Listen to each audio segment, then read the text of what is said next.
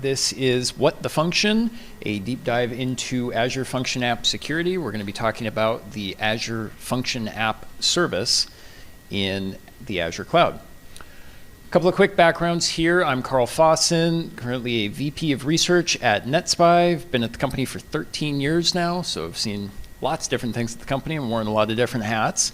But during that time, I've been a pen tester, helped lead the cloud pen testing team, ended up co-authoring a book, Penetration Testing Azure for Ethical Hackers. I also created the toolkit Microburst for pen testing Azure environments.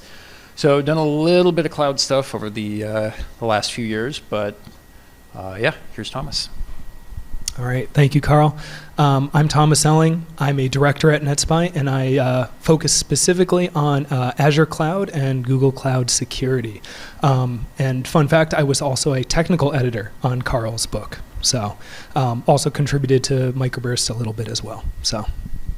So before we get into our contributions to the research here, want to take a second to highlight all of these other names on here. Now I know that's probably really hard to see in the back, even up on those TVs over there, but all of the folks that we have on the list here have contributed in some way, shape, or form to the research that we're going to be talking about today. So if anybody's watching online, we'll have the slides out available with the links available. But definitely go check out the research of all of these other folks. We'll try to point out specific research points as we go through the presentation of, hey, this is Andy's work, or this is Rosier's work, or something like that. But a lot of the stuff that we'll be referencing comes from these blog posts here, along with some additional stuff that we've put together on our side. So quick outline here of what we're going to cover. We'll give everybody an introduction to app services and function apps, since not everybody here may have experience with Azure. We'll give you an overview of how those things work. We'll explain how the storage accounts work to support function apps and explain some key decryption that Thomas will highlight here. And we also have the VFS file APIs and some vulnerabilities we identified around those. To start things off, we're going to explain what app services are. So for those that are not familiar with Azure, Azure being the cloud platform from Microsoft, they have application hosting as a service through the app services service. So you have an app service resource that gives you an azurewebsites.net domain name, and you can host a website there. If you want a really cheap and or free way to host a website, this is it. Like, sign up for an Azure account, create an app service plan on the free tier. You get a free web server that can host whatever you want, and you've got a domain name on azurewebsites.net. You can put custom domains on there. I find it one of the easiest ways to host a web server out on the internet. Really big fan of it. The only alternative to that would be like storage accounts in Azure. If you just need HTML, that's super cheap. That's even more free than the free tier on the app services here. But yeah, really easy container-based way to host web applications up in the Azure cloud. They are somewhat vulnerable to subdomain takeover. So if you have a subdomain for a parent domain, whatever, we'll use netspy.com here. If we had BSides PDX.netspy.com pointing to an Azure App Services app, and then we just deleted the resource and kind of forgot about the subdomain redirect, somebody else could create that same app services name, call it BSidespDX.azurewebsites.net, and take over that subdomain redirect so that they could take over that subdomain from NetSpy. This is kind of fixed. We've seen it work in some situations. I actually just saw this exact scenario work a week ago, where somebody noted that there was a subdomain for one of our clients that was pointing to an expired resource for azurewebsites.net. We fired up one of those app services apps in our own tenant and took over that subdomain, got a full SSL cert and everything, and had a client domain at our disposal. So definitely keep an eye out for that if you're looking at subdomain takeover opportunities.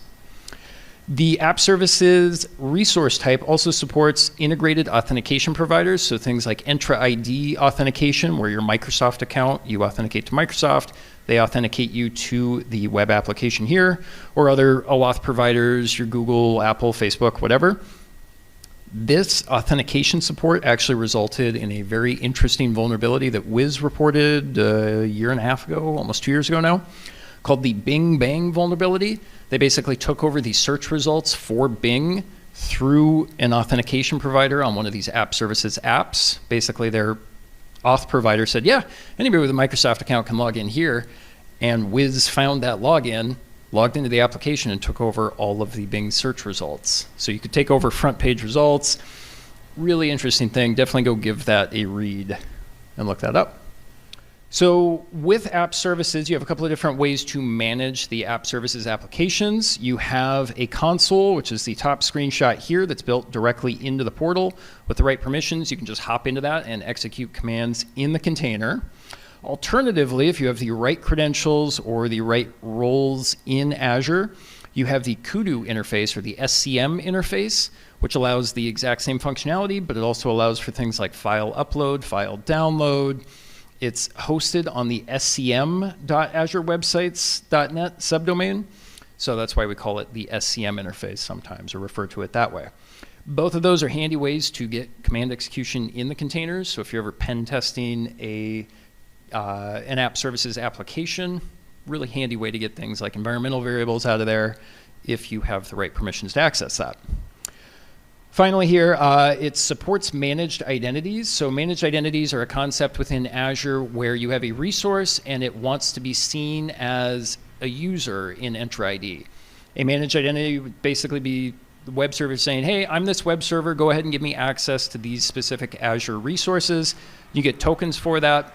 Those tokens can be used elsewhere to then authenticate to Azure and act like the web server somewhere else. So if you wanted to read a key vault somewhere else, you get the token, you go somewhere else, use the token to go read the key vault. So handy for an attacker, but also as somebody building applications. Question? Humans can masquerade as services. That's the one. What is that? Humans masquerading as services. Yeah, so the question about it was humans masquerading as services. Yeah, you can take the token and pretend to be the service, basically, outside of there, with little logging around it. So it's kind of hard to track down. And all of app services is technically inclusive of function apps. Function apps are really just the API component of a web application built on app services. So if you just want to limit things down to, I just want to host an API that takes JSON input, that's a function app. Really, really easy to use to spin up your own APIs. I use function apps for all sorts of stuff. If you just need a really lightweight API to spin up, function apps is what you want to go for. The functions themselves underneath the function apps are stored under the API directory. So if we created this HTTP trigger 1 function, that's going to be under /API/HTTP trigger 1. And we can see here that we have the code editor directly in the browser here. That makes it really easy to edit your functions. Like I said, anytime I need to spin up a lightweight API, this is my go-to. I can edit it in the browser. It's facing out to the internet. Super easy to use. It does support both Windows and Linux-based containers for running your APIs. There's benefits to each of those, and we'll talk about some differences in those later on. And it also supports the console and Kudu interfaces, or the SCM interface, for alternative management of the containers. And like I said, the editing in the portal is really, really handy. If you just want to throw some PowerShell in a function to process JSON coming in, easiest way to set up an API. And this also supports managed identities as well. We often see them used to reach out to key vaults, get secrets from the key vault to bring into the function app for doing some kind of processing. For authenticating to the function apps, you can have just purely anonymous, wide open APIs available. That's just the anonymous setting for that. But you can also have individual function level keys that are associated with the function. You might want to put those in place to prevent some random person on the internet sending random garbage off to your APIs. It's a nice way to protect it, and it's just a good base level authentication authorization schema there. If you want to go another step further, kind of higher up at the function level, we have the resource level keys, including the master and default key. The master key has full control over the function app. It can do everything with the function app. You can overwrite files, you can take over the containers effectively. That master key is very sensitive. You have to be very careful with that because you can do all sorts of stuff with it. The default key at the resource level is also sensitive because it allows you to make calls to any API functions underneath the function app. So instead of just being able to call HTTP trigger 1, you can call any of the other APIs as well with that resource level default key. So technically like 3 different keys that you can think about with that, and support for anonymous as well.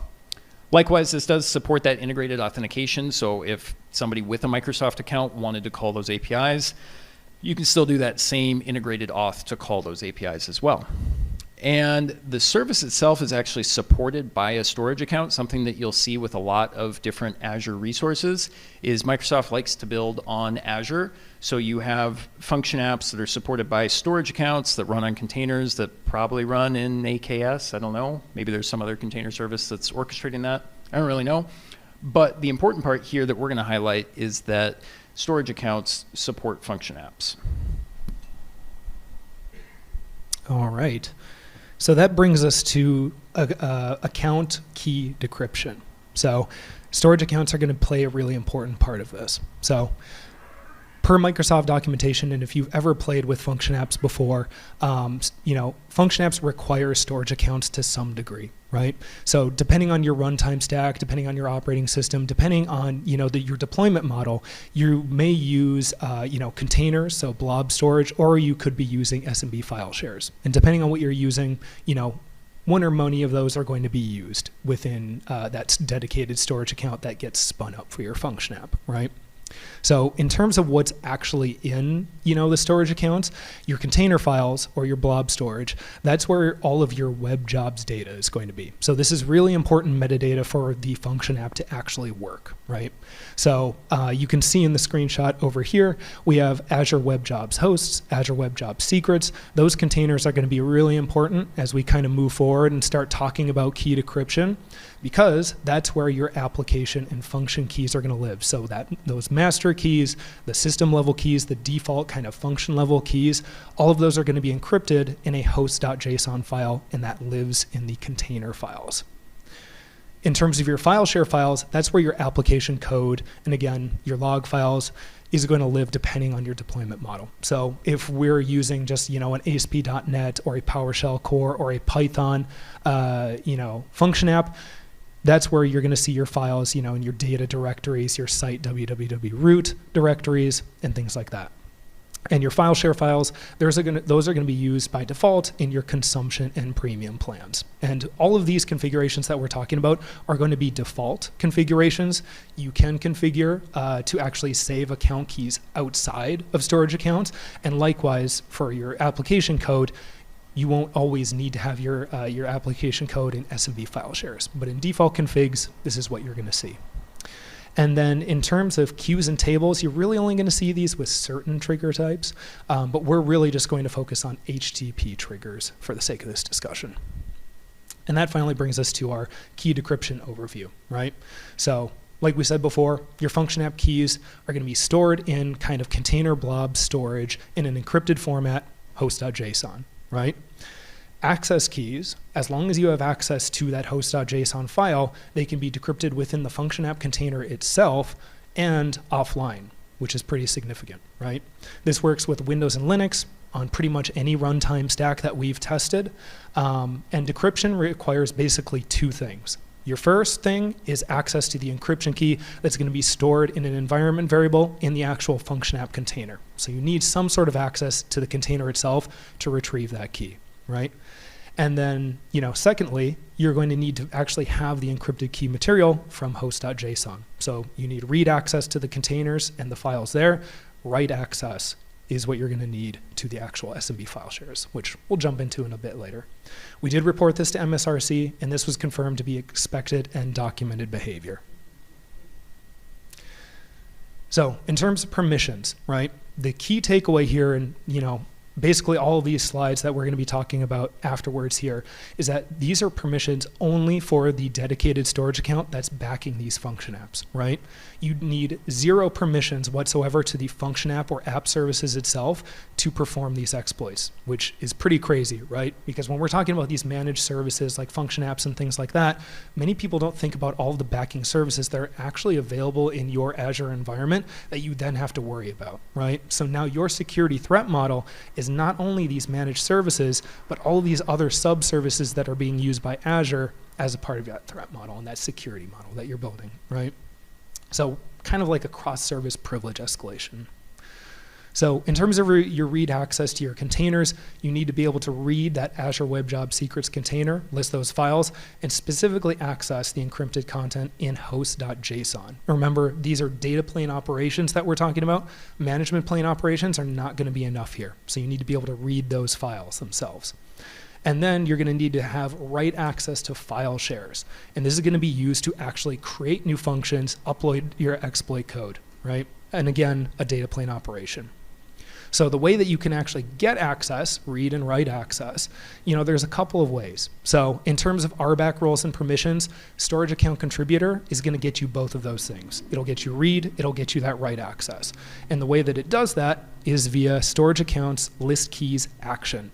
So if you're not familiar with this permission, basically what it allows you to do is to actually list and use the shared access keys for a storage account, right? And that doesn't explicitly get you data plane operation permissions, but the shared access key does allow you to do all of those things. It's like your administrative level key. So you're going to want to look out for custom roles that has list keys action or specific data plane read and write operations. We kind of talked about storage key access, and that's that list keys action, but don't forget about SAS tokens as well. SAS tokens can be highly over permissioned sometimes, so make sure to always double check your permissions in your SAS tokens that you get access to. All right, so we've talked about storage accounts. We've talked about what permissions you need. Now we're actually going to start attacking these storage accounts themselves to affect the function apps, right? So what we're going to do here is we're going to create a completely new function without function level access or function app access by uploading data, uploading files to our dedicated storage accounts, right? So Roger Diekman has some really cool research on this where he attacks these storage accounts in a somewhat similar way. But what he's doing and what he's found is that you can actually backdoor a lot of existing functions just by modifying the file shares and the file share code to get access. We're not going to talk about that so much, but I do recommend you go and read his research there. Very cool stuff. So what we're going to do, instead of backdooring things, is we're going to create a new function. So if you look inside your SMB file share, in the screenshot over here, we're going to go to site www.root, and then we're going to create a new directory. We'll just call it new function or something like that, right? And within this directory, we're going to create a PS core or PowerShell function app, HTTP trigger. So we're going to upload run.ps1, which is going to contain all of our decryption code and things like that. Function.json, which is required by, I think, almost every function type. And that's going to define your authentication level. So let's see, right there, if you can see that. And in this screenshot, it's set to anonymous. And then we have type HTTP trigger, and then that also defines a few other more important things, such as the methods that are allowed and things like that. And again, what you're going to have to upload is going to be dependent on your runtime stack and programming language. So once you upload all of this stuff, create the new directories, put your code up there, you're just going to wait for that new function to populate. Your mileage may vary here, but we found that it takes maybe 5 to 10 minutes. Unless there is some sort of state-changing operation that actually resets the function app, then it will be almost synced pretty quickly. All right, so we talked about a bunch of stuff to kind of get us to the actual decryption. So the way that this decryption works on the back end is basically ASP.NET Core Data Protection. That is kind of the back end and the kind of core areas where all of this stuff happens. And we're not going to dig into this too deep because this is a very complex area. But what you need to know for the purposes of this is that Azure, and specifically App Services and Function Apps, has a specific library that it's built upon ASP.NET Core Data Protection called Azure Web Data Protection. And you can see some examples of code there where it's using the specific function secrets kind of protector to do these operations, right? And this library is in fact actually used within the Function App container itself. So if you go and look on GitHub, this is all open source. You can see where this code is actually being used here, and you can see the actual specific Azure Web Data Protection Library. You can see that on GitHub right there. So you can take a look at that link. And funny enough, there was an MSDN forums post, and you can tell this is really old because we've got links stuck in there, where somebody was actually trying to do this many, many years ago. This code no longer works right now, so don't try it because function apps have changed. But the core concepts that this person was trying to achieve still hold true. So remember a few slides ago, we talked about how you could decrypt these access keys within the function app containers themselves and offline. This is how you're going to do it within the function container itself. So we're going to take that Azure Web Data Protection Library, put that into our actual run.ps1 code, right? And then at that point, we're going to take our encrypted application or function keys, whatever you're trying to decrypt from host.json, whether that be the master key, system key, whatever you want. And then you're going to put that and hard code that into your your code that you're pushing up there. You're going to add that new function folder, push those code files to that folder, and then basically, at this point, you can just wait for those decryption keys to come back to you. Decryption will happen within the function container itself because it has access to the environment variables. There's nothing stopping that code from getting access to those environment variables at that point.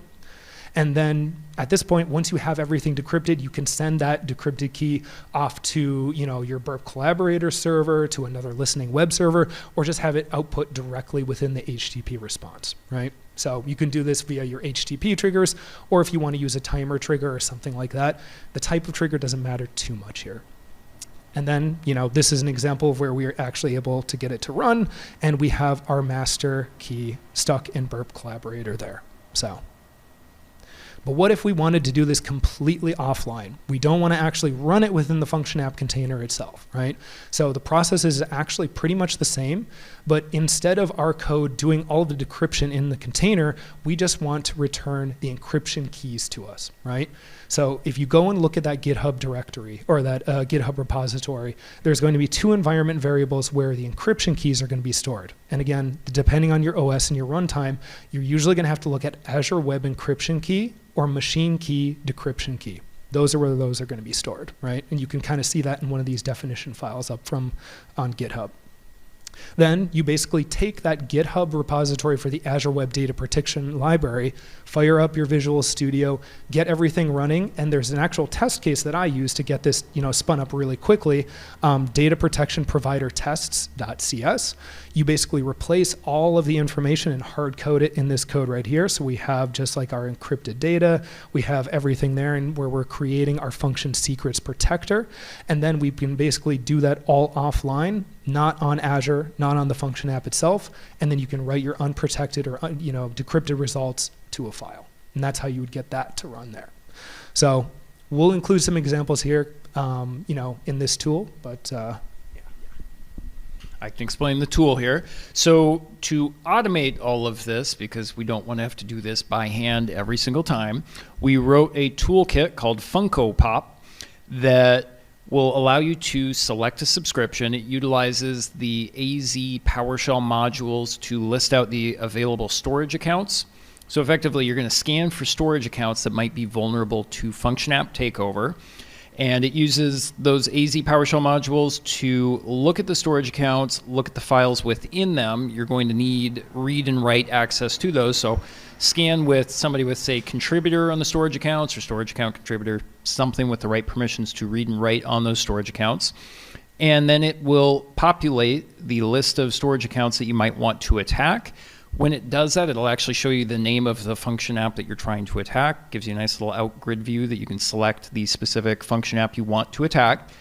And what it does at that point, it'll actually identify what operating system and what runtime it's utilizing. So it tries to figure out, okay, is it a Linux container or Windows? Because there's a couple of different code branches we got to follow that way.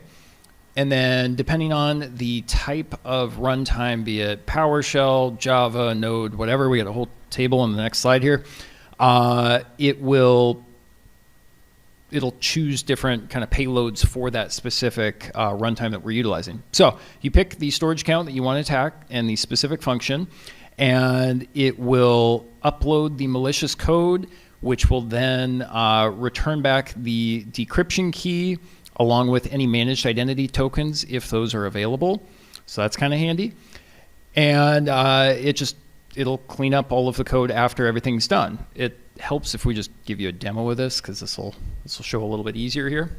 I think if you just click forward, it'll play.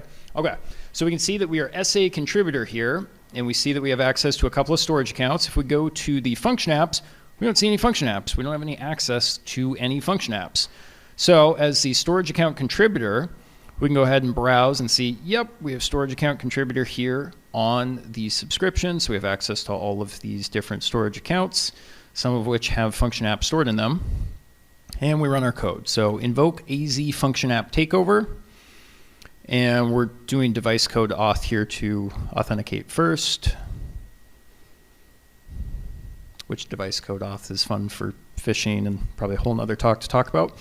But we're going to run the AZ function app takeover, and it's going to ask us which subscription we want to select. We're going to go against our research subscription here,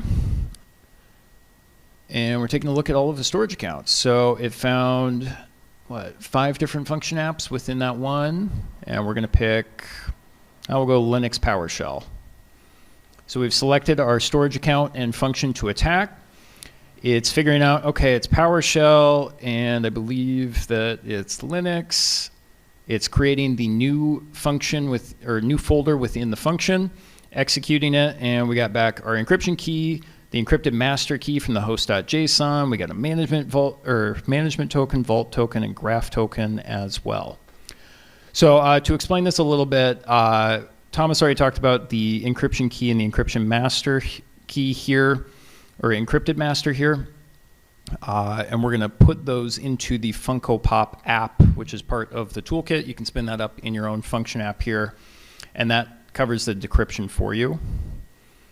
And hey, we decrypted it. But the management, key vault, and graph tokens, those are managed identity tokens scoped to those 3 different scopes. So management, graph, and vault, which would allow you to access those different services. And here we're just validating with another user that we got the correct master key out of that. So I know there was a whole lot of stuff happening all at once. One thing that I was going to highlight here is that when we create these, what we're doing is we're creating basically a folder that's named after a GUID. So nobody's going to brute force the name of the folder. And on top of that, we actually write our own host.json file to the container, and we actually set our own key to use to call that. So we set this completely random key to call the function, so nobody else is going to get access to this function that we're maliciously uploading here. So it's a safe way to run an exploit against this, I guess, kind of, I don't know. But one thing that I don't know if you touched on, did you touch about the encrypted true? Okay, can we bounce back? Like, here, I got it.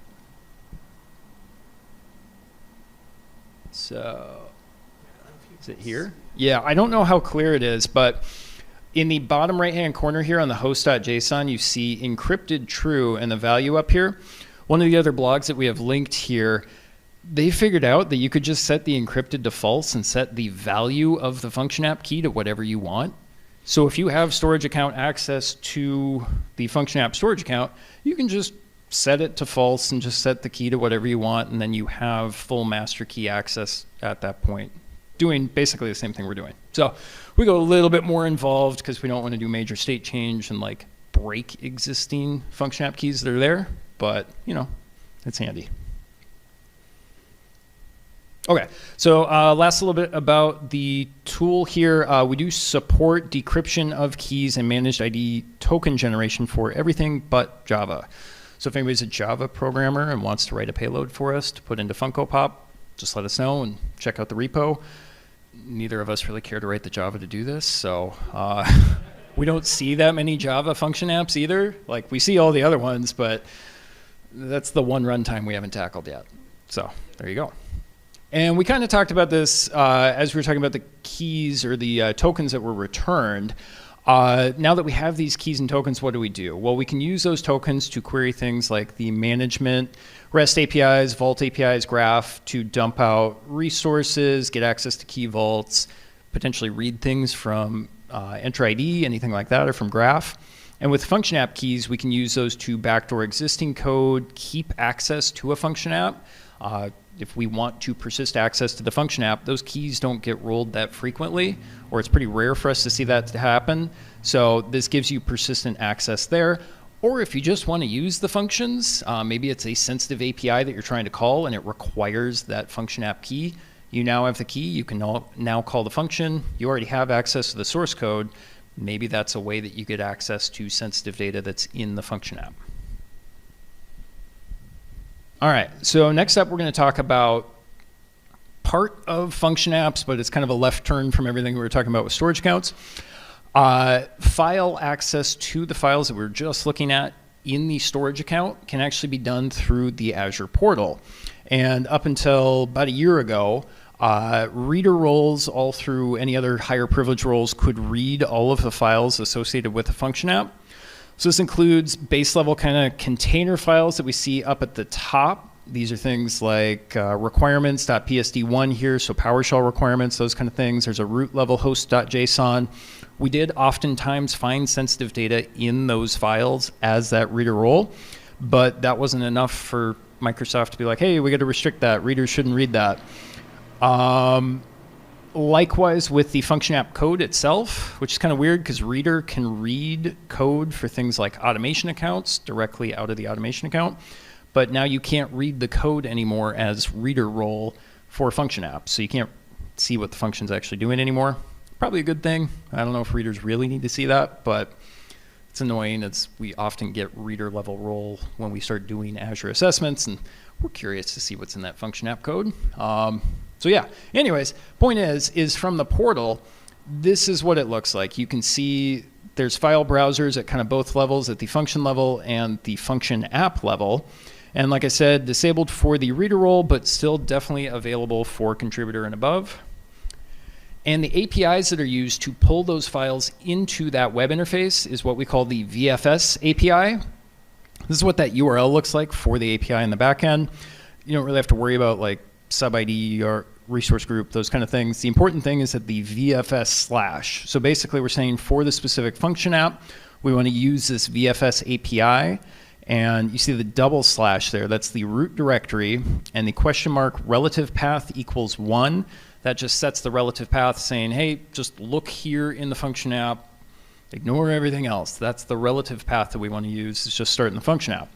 Well, we can modify that. You can actually change that to 0 to show the root file system, and it drops you to the root slash there just by changing the 1 to a 0 in the URL. And with that, for kind of every request that you make against this VFS API here, I know the text is pretty small here, but here we're going against ASP.NET, data protection keys, et cetera, et cetera.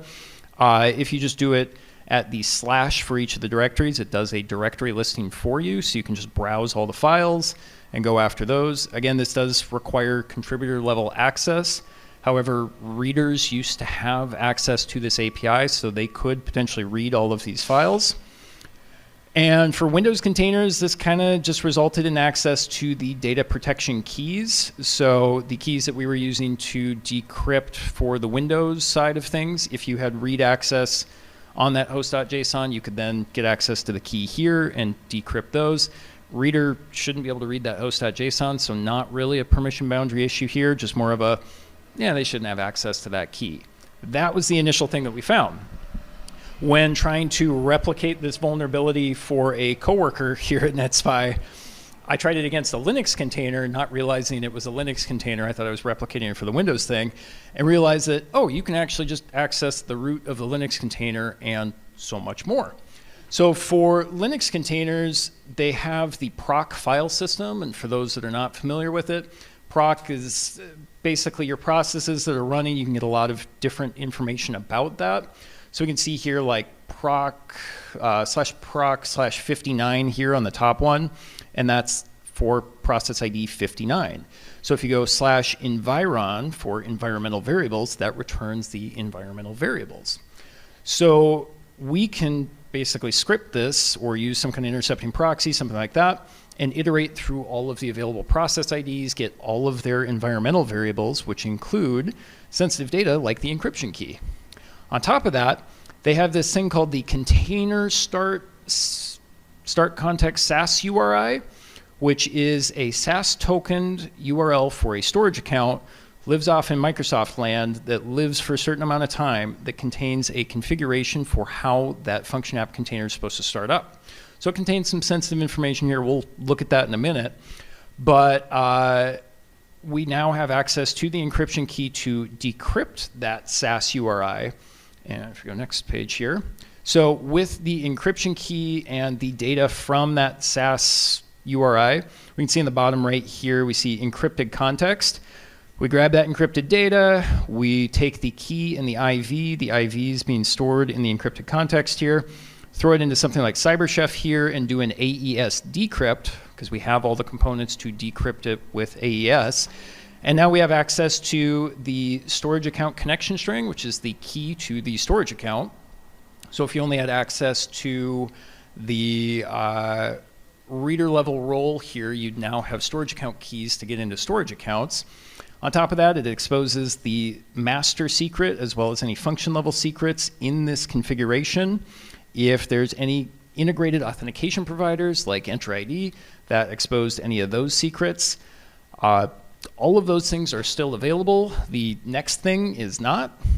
What also was returned in this decrypted configuration was an MSI specialization payload. And this is kind of short for the managed identity configuration. So if you had any managed identities associated with the function app, the certificates for them were included in clear text here in that configuration that you have decrypted. And that would include the PFX files in base64 format for the managed identity. And managed identities are never supposed to authenticate off of the resource that they're on. That's just part of how managed identities work in Microsoft Azure. That's supposed to be that resource. That resource is only supposed to authenticate as itself from itself. And with access to these certificates, we can then authenticate as the managed identity somewhere else. And this applies for both system-assigned managed identities as well as user-assigned managed identities. They're two kind of different concepts. System-assigned are tied to that specific resource. User-assigned are a subscription-level resource that can be shared against multiple different things. Either way, you as a user should never have access to those PFX files, which were being returned here. So what this did is this gave us an escalation from the reader role all the way up to getting full control over the function app, along with getting certificates to act as the managed identity outside of the resource. So pretty significant escalation up here. Along with that, when you authenticate with those PFX files off of the resource, Microsoft never expects you to authenticate as that managed identity off of the resource. So the logging just looks like you authenticated from the resource. They don't capture any external IPs, anything like that. So very limited logging on that kind of thing. But yeah, like I said, this completely breaks the model for how managed identities are supposed to work. And what do we got? Okay. So from a remediation perspective here, Microsoft is now encrypting the managed identity certificates. They did not necessarily fix the APIs. So as a contributor, like they fixed the reader level, like reading of the VFS APIs, but as a contributor on a Linux container, you can still get all of the decryption working and get that SaaS context decryption working, but you get access to stuff you already have. So things like the function app keys, well, that is logged in the activity log when you take the action of listing the keys. This doesn't do that. So this is a potential kind of bypass or kind of sneakier way to get to the function app keys, but we also have the sneakier way of doing it by going through storage accounts as well. So we have a couple of different options for getting the function app keys. But yeah, as a contributor, you can still follow the same exploit. It's still pretty viable. Shouldn't really trigger any of those normal detections you might build up on that. But if you do have access to a function app, definitely take a look at environmental variables. There's some fun stuff that's there. Next. All right. And that brings us to the end here. And we have just this basically a recommendation slide, of how you can kind of prevent some of these things, right? So least privilege and following that principle, just do it everywhere in Azure. Get used to doing it everywhere, right? Because even those things that you can't necessarily control that are kind of the shared responsibility or shared fate sort of thing, least privilege will help you a bit with that, right? So that's, thinking about things such as, limiting those roles, maybe not using owner if you don't absolutely need to, and then limiting the scope at which you actually grant those roles. So looking at resource groups rather than your kind of subscription level scopes. Specifically for function apps, you want to protect those storage accounts, right? So consider disabling access key authentication, using Entra ID authentication instead, disabling shared access key access altogether, and thus disabling SAS tokens if you don't need them.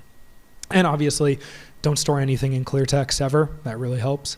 And then limiting permission on those function app identities such that if they are ever compromised, that blast radius does get a little bit smaller, right?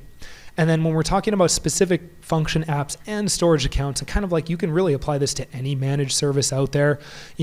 It could be function apps, it could be Lambda, it could be, Google Cloud Composer or something like that. All of these kind of share that, usage of other cloud resources to support that managed service, right? So you got to include that in your threat model when you're thinking about that from a security standpoint. And for Azure specifically, use dedicated resource groups. Those specific resources that are dedicated to function apps, don't reuse those, right? It should only be used for function apps. And then finally with logging, make sure you have diagnostic logs enabled on both the function app and storage accounts so you can capture any of that activity that might be malicious, right? And we're talking about control plane and data plane logging for that. And right here in the corner, kind of small, we have Microsoft's recommendations for everything. So you can use key vaults to actually store some of these materials that we're talking about, such that even if you do get access to a storage account, you then need access to a key vault to go that next step further. So that's a good mitigation for this. VNet integration and making sure that it's not accessible from the public internet at all, also a very good mitigation if that's something you want to consider. And this is all of our MSRC disclosure timelines. So with all of these things, we do talk to Microsoft and work on coordinated disclosure, so you can see all of the details and kind of the timelines here for each of these issues that we talked about. And right before we leave here, we wanted to do a special thanks to all of these researchers that we had in that first slide. Roger's done a lot of great work. Andy Robbins, a lot of great work. Everybody up here has done some really great research in terms of managed identities, function apps, app services. So please go and take a look at their work as well. It's great, right? Very good stuff. One thing I forgot to mention. Yes. So we do have links for the blog as well as the GitHub for Funko Pop here. Ronak and Chirag here, they actually had a blog post that talked about logic apps. So one other thing to think about with using the Funko Pop tool is logic apps that utilize the standard plan, which is kind of the fancier premium plan. Those are actually function apps. They're function apps under the hood, and you can actually target those. They have their own storage account that's associated with it. It gets spun up kind of in the side, and you don't really realize it when you set up that standard plan. Funko Pop and this whole attack thing can totally attack those logic apps as well, and we really frequently see managed identities tied to those function app or logic apps as well. So that might be a viable attack thing. Meant to mention that earlier, but saw their names up here and figured bring it up. So yeah, this is where you can find us if you have more questions or anything like that. Yeah, we'll be here, and thank you all for coming to the talk.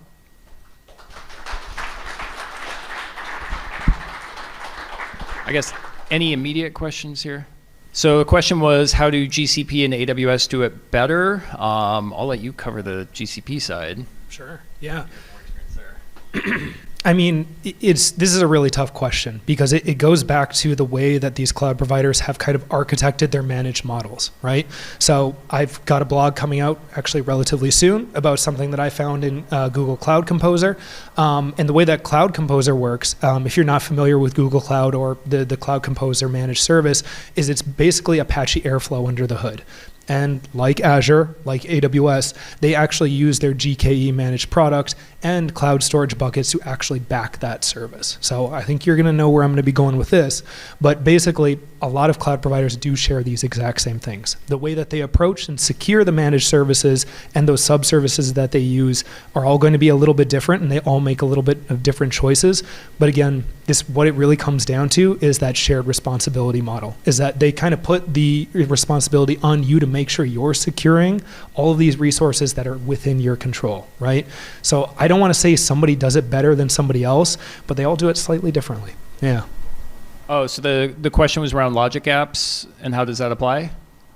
Okay, so specifically for logic apps, if you're on that standard plan, that spins up a function app with a storage account in the back end. And all of those requests kind of get executed through that function app. It's through a Node.js container. That was actually part of the reason we pushed to get the payload updated for Node.js to work. It actually didn't work all that well before. But anyways, with the standard plan, you can do the exact same kind of attack where you're attacking the storage account. It just gets a little bit more complicated. You treat it like a regular function app versus treating it like a logic app. You could hypothetically go into the storage account, modify the logic app code, because I don't remember the specific, do you remember? I think it's in JSON, I don't remember. I don't remember how that workbook actually works, but you can actually modify that and backdoor those as well. That was the blog post I was talking about with Ronak and Chirag. Yep, so the question was, do the tips for function apps apply to logic apps in that same way? Yep, 100%. As long as you're protecting that storage account that's backing the function app, that should help protect you. Yeah, so the question was, is there monetary potential for hacking on some of this stuff? Yeah, Microsoft does offer bug bounties for stuff that's submitted through MSRC. You can go consult their whole bounty program thing, but they have a pretty generous program. Yeah, so Microsoft specifically partners with Integrity at the moment to process their stuff, but they take all of the input through MSRC's website. Yep. So if you want to hack on this stuff, definitely follow the Microsoft guidelines, check out the MSRC website. They give you a lot more recommendations around that stuff. Yeah. Any other questions? Thanks very much. Yeah, thank you. All right, thanks again, everybody.